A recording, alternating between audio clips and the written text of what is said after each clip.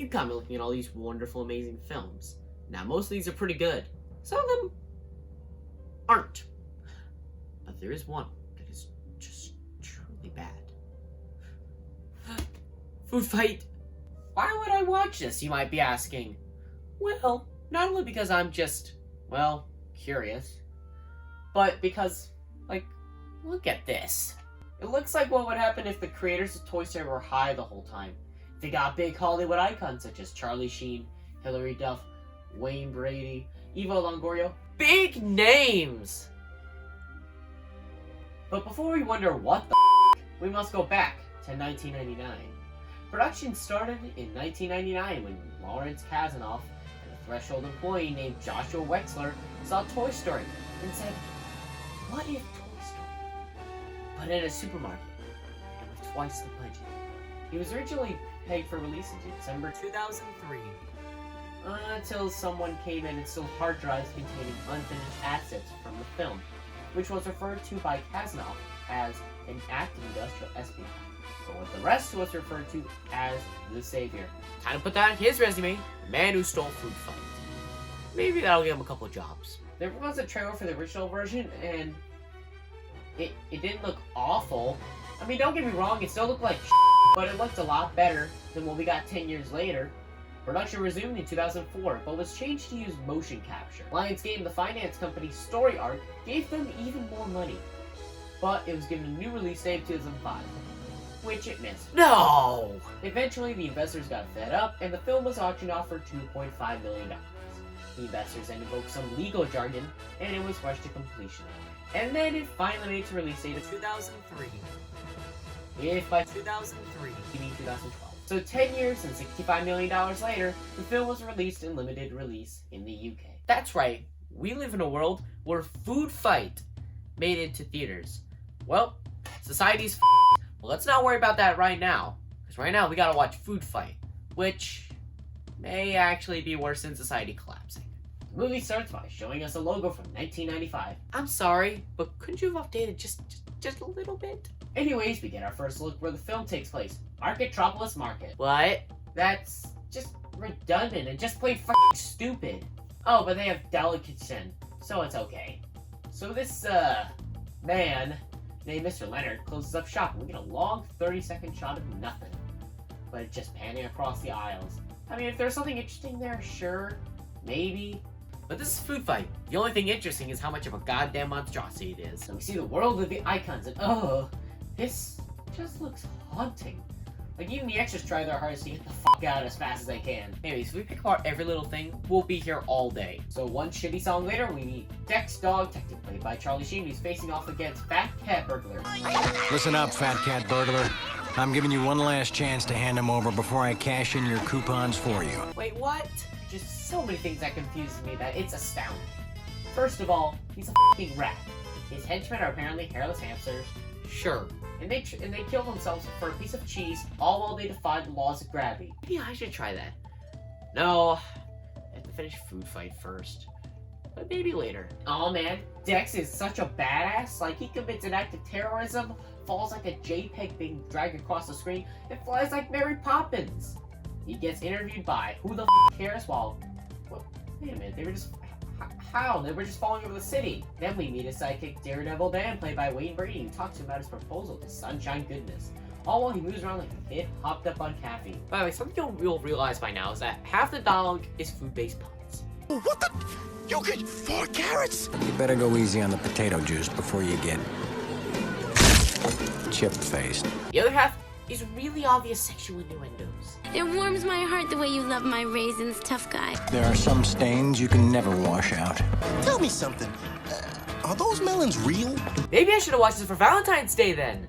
And we meet Sunshine, and she kicks a watermelon through a kid's head.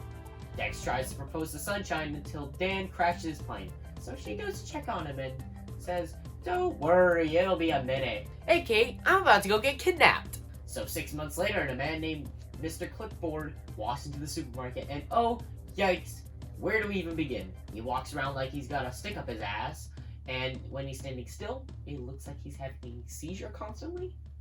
But anyways, He forces part Brand X into the supermarket by destroying a bag of chips. That was a perfectly good bag of chips. No, not the chips! Don't worry, the chips vow revenge. No one wastes me chips and gets away with it. Brand X will pay. Arr! Back to Food World. Dex has a nightmare. Dan tries to give him an inspirational pep talk, but he's too down in the dumps to listen. He even fucks up his raisins trick. Dan is a perv. I mean, with a name like Daredevil Dan, isn't it kind of obvious? His plane stalls, he pulls a crocodile out of his ass, and he crashes. Dex meets with Cheezel, and he literally looks like he goes to his cup, the cocoa banana, and walks up without blinking. Like, how the f*** do you not blink while talking? Also, what the f*** is this dance? Somehow they even wrote the California Raisins into doing it. Mr. Clean gets dirty. He's supposed to be angry, but he just looks so calm. Lady X shows up and she looks like a dominatrix gone wrong. She's supposed to be sexy, but I mean, how can I think an early PlayStation 1 model is supposed to be sexy? A food fight breaks out. Ha ha. Highlights include a gay rhino, whatever this is, and a cat fight. Dex breaks up the fight. How did they get out so quick? Maybe they realized they just didn't want to be on this film anymore. Then Lady X goes to, I don't know, Bang Dan? Jesus, I don't even want to think about how that would work. But she's back and tries to seduce Dan, and I guess he gets an erection? Ugh! Skip ahead, please. He goes to a murder scene, and it's revealed that if an icon dies, then their product does too.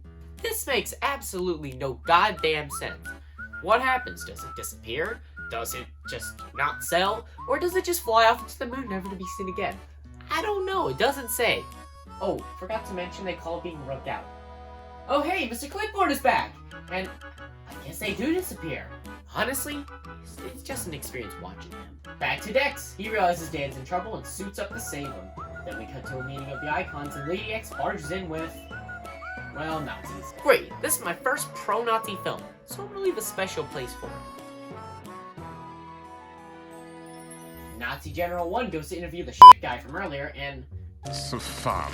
More fun than a spanking. Wait. I think this guy has serious issues. Like, no wonder he joined up with Lady X. He then falls off the building and still manages to go annoy Dex. And then he turns into his dick. Great. Then he gets crushed by a wrecking ball. I hope he stays dead, because I don't know what I'm gonna do if he comes back again. He does some casual breaking and entering, and they have a dance-off, where There are some stains you can never wash out. Let's try. I want to scrub your bubbles, Dex. nope. She murders him. The end. Time that things go wrong, we can. Damn it, we're not that lucky. He wakes up with Dan and they have to get out of a washing machine from hell. Sure. And they get out by hanging onto a sock. They see that she has an army of mosquitoes. No! Dex realizes that she's trying to take out the whole store. But Dex has a plan, so he goes to the nose and see, told you they were Nazis. Turns out that the Brand X chemical is highly addictive and toxic. He tries to make it to Mr. Leonard's computer to get her recalled, but it's daytime and Jesus, I didn't know it was Black Friday already. But they are found by this thing. Just looking at this thing makes me want to kill myself. See, even they agree. They land on the shopping cart of Hagrid from Harry Potter from the PS1, and Dex saves Dan by flying it on a soda bottle. And how is it turning? And where did he even get it from? They make it to his office and suddenly it's nighttime. It was daytime just like 2 minutes ago. They meet Vlad Chocolo, who feels like he's constantly trying to have sex with Dan. Is that the enticing scent of rich, creamy chocolate? Are you chocolate? Are you made of chocolate? Really? That is so sweet. Hi! Oh! They meet this weird-ass computer thing, but they're blocking the entire goddamn door with glue. Maybe if it's Gorilla Glue, sure, but Uniglue. But he finds out that Brand X recalled Sunshine Goodness the whole time. What a shocker! They head back to the club and find the remaining Ikes. But the Nazis show up, and what do? They have a dance-off where the Nazis sing their anthem, while the Ikes sing the French national anthem and dance. We fight for freedom every day. Brand X, it's simple and plain. We protect and proudly serve ourselves. Jesus, I never thought that would ever come out of my mouth. And this, I don't even know what to say. I don't know what to say to this. I guess they got served, so they just leave. I mean, they probably could have killed them, but we need a final battle. And an inspiring speech. Well, this film has one of those things. It also has this. Get him! However, the final battle is Jesse Ickes raining food on the Nazis. Which, I mean, sure, but it's the exact same goddamn footage with just a different splash effect overlaid on top of it. They then retreat, but guess what? The exact same thing happens! Oh god, the variety in this scene's too much! They beat that batch, but the next wave is incoming and oh shit, they got a different type of Nazi this time. Well, they're and they are. I mean, that is a food fight. And they're getting whipped. But Dan comes in with candles that I guess he smuggled up his ass to save the day. Damn it, they brought back the weasel. And he gets brought back to go through shit. I guess he's finally where he belongs. Along with this film. They capture the frog. No! But he's saved, and then he jumps off the roof to his death. Then Dex kills Napoleon. Yeah, I gotta be honest, I'm kind of f***ing done with this film, so I'm gonna do us all a favor and just start skipping through this film. They electrocute the shit out of them while Dex breaks into the X Tower. He finds out that Sunshine's still alive there, but they're taken hostage. Luckily, though, Lady X leaves for absolutely no goddamn reason, and she shoots a raisin at him, and... I think I just wet myself. It feels rather nice. Oh. Just remember, this is a kid's film. She reveals that the secret ingredient in Brand X is Sunshine's goodness, all while the tower collapses all around them. But they're saved by Dan! Yay! Then Mr. Clipboard shows up and... What are the rules for this place? They trip him, and plot twist time! It's revealed that Mr. Clipboard was a robot controlled by Lady X. Lady X is also another recalled icon who, looked like this.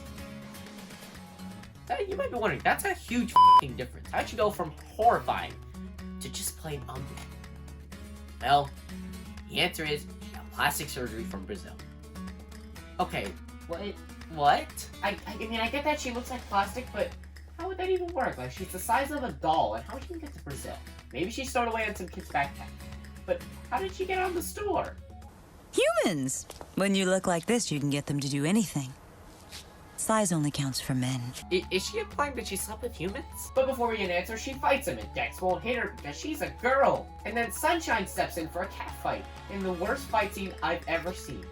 I mean, just look at this. And then she smacks her so hard she turns ugly again. I can make this shit up if I tried. So the moral is, if you're ugly, you will lose, and no one will like you. And they end up bringing everyone back from the dead. Then Dex finally proposes to Sunshine, and she accepts. They get married. The end. Finally, it's over, and...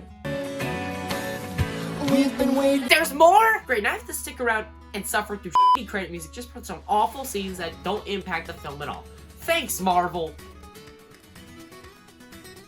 Great, it's over. This is the worst animated film I've ever seen in my life.